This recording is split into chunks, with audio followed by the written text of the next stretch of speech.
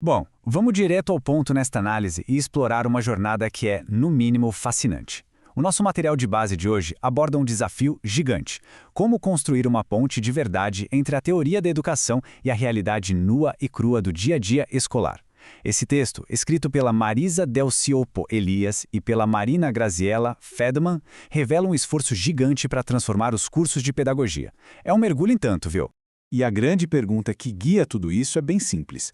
Como a gente diminui essa distância enorme entre o que se estuda na faculdade e o que acontece de fato na sala de aula? Essa dor é quase universal na hora de formar novos educadores. Por muito tempo, as universidades formaram professores com base naquelas teorias perfeitas que, na prática, desmoronavam logo no primeiro dia numa escola real. O resultado? Frustração para todo lado.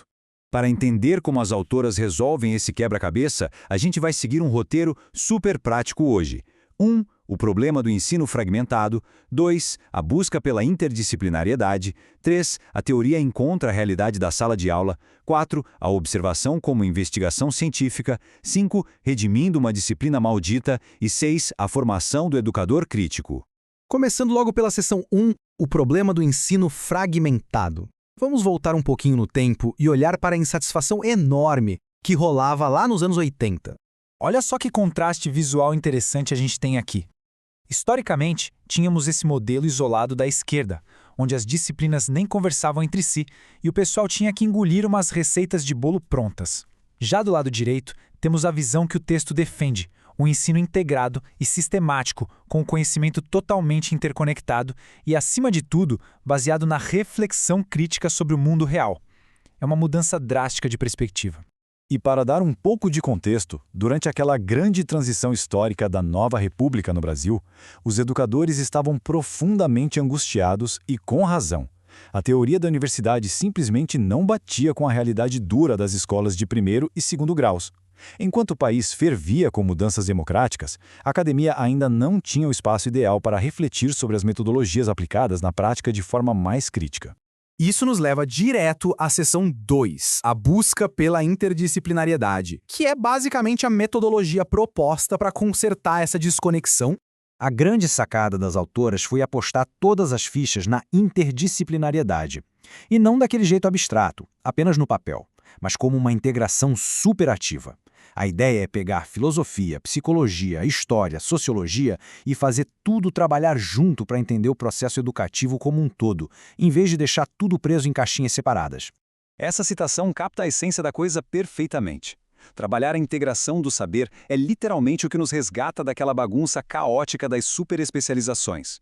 É a chance de finalmente conseguir enxergar o quadro completo da educação, recuperando a totalidade do que é conhecer de verdade. Avançando para a seção 3, a teoria encontra a realidade da sala de aula. É aqui que a mágica acontece no mundo real, especificamente lá no estágio supervisionado. As autoras estruturam o estágio usando esse ciclo dialético que é simplesmente genial.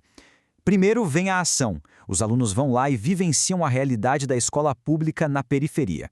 Depois vem a reflexão. Eles usam a teoria para tentar entender o que acabaram de ver. E aí, fecham o ciclo voltando para a ação, mas agora com base e conhecimento para propor algo novo e transformar aquela situação. É um ciclo vivo. Como o especialista Walter Garcia define super bem nesta citação, teoria e prática definitivamente não são inimigas. Muito pelo contrário, elas se alimentam o tempo todo. A teoria guia o que você observa na prática e a realidade crua da escola te dá os insumos reais para criar novas teorias. Uma coisa transforma a outra de forma contínua.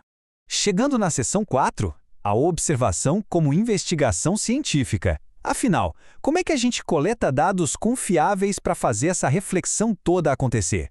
Pois é, observar não é só ficar ali no fundo da sala, de braços cruzados, esperando o tempo passar. As autoras tratam isso como uma investigação científica de verdade.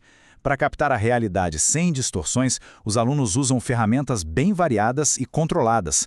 Vai desde as anotações escritas até gravações de áudio, fotografias, filmagens e uma análise profunda de documentos. É rigoroso mesmo.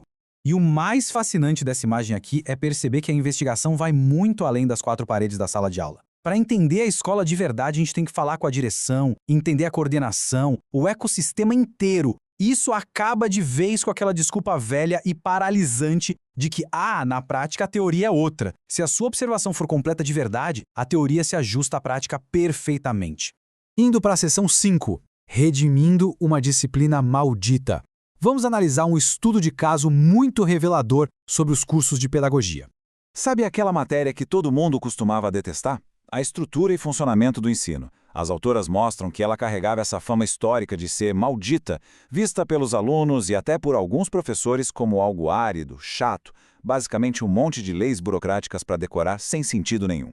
Mas olha como a coisa muda de figura quando a gente coloca essas leis numa linha do tempo. O texto relata de forma bem neutra e clara como as forças políticas e econômicas moldaram o currículo ao longo das décadas. Nos anos 60 e 70, sob o modelo desenvolvimentista, a legislação promovia uma ideologia bem mais voltada à técnica. Já nos anos 80, a cobrança passou a ser por uma análise muito mais crítica e interdisciplinar.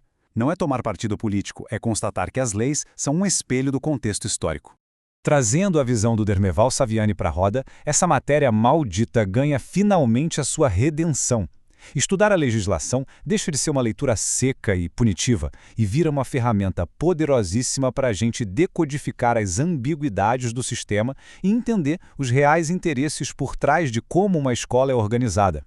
O que nos traz à nossa última parada, a seção 6, a formação do educador crítico. Afinal, qual é o grande objetivo de colocar toda essa interdisciplinaridade na prática? Definitivamente não é formar um robô passivo que só segue diretrizes cegamente. A ideia central é construir um intelectual emancipado, um educador crítico com visão global, alguém que seja capaz de captar as contradições do sistema e, principalmente, usar isso para desencadear mudanças estruturais significativas.